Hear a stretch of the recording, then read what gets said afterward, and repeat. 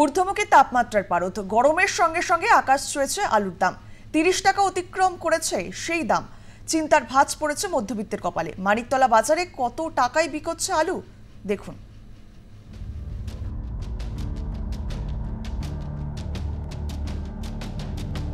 দৈনন্দিনের খাদ্য তালিকায় জায়গা পাওয়া সবজি আলু, সেই আলুর দামও কিন্তু এখন অনেকটাই বেশি এবং সাধারণের বা মধ্যবিত্তের যে পকেটের নাগালে থাকবে এই দাম তা কিন্তু একেবারেই নেই, বরং গরম পড়ার সঙ্গে সঙ্গে সেই দাম অনেকটাই কিন্তু বেড়ে গিয়েছে। কার্যত যেখানে 20 টাকার নিচে থাকে আলুর দাম, সেই দাম কিন্তু এখন অনেকটাই বেশি, কার্যত 30 টাকাও অতিক্রম করে গিয়েছে আলুর দাম। বিশেষ করে চন্দ্রমুখী আলু, জ্যোতি আলু, দুটো আলুর দামই কিন্তু ঊর্ধ্বমুখী।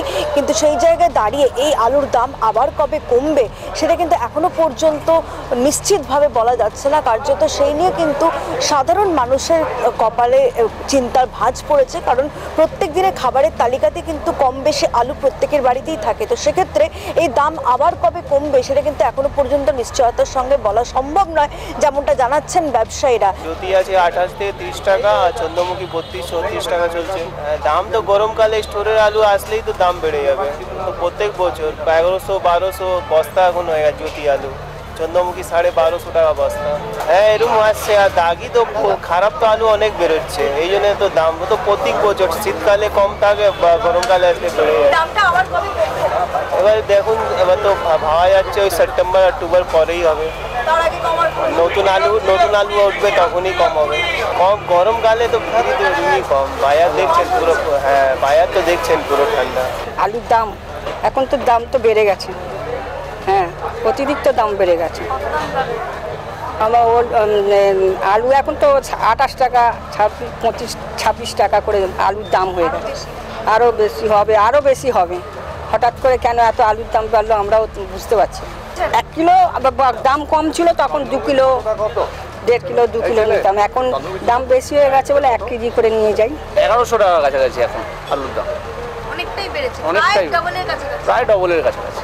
এখন কিলো কত চলছে? এখন এটা চলছে 28 টাকা, চন্দ্রমুখী চলছে 32 টাকা, ছোট আছে 35 টাকা, 25 টাকা করে। তারা কি বলবে? তারা বলছে যা দামে তারা পাচ্ছে তারা আমাদের সেই দামে বেচছে। আমি কেন, লোকেরা সবাই যার 2 কেজি দরকার সেটা 1 কেজি নিয়ে কাজ চালাচ্ছে।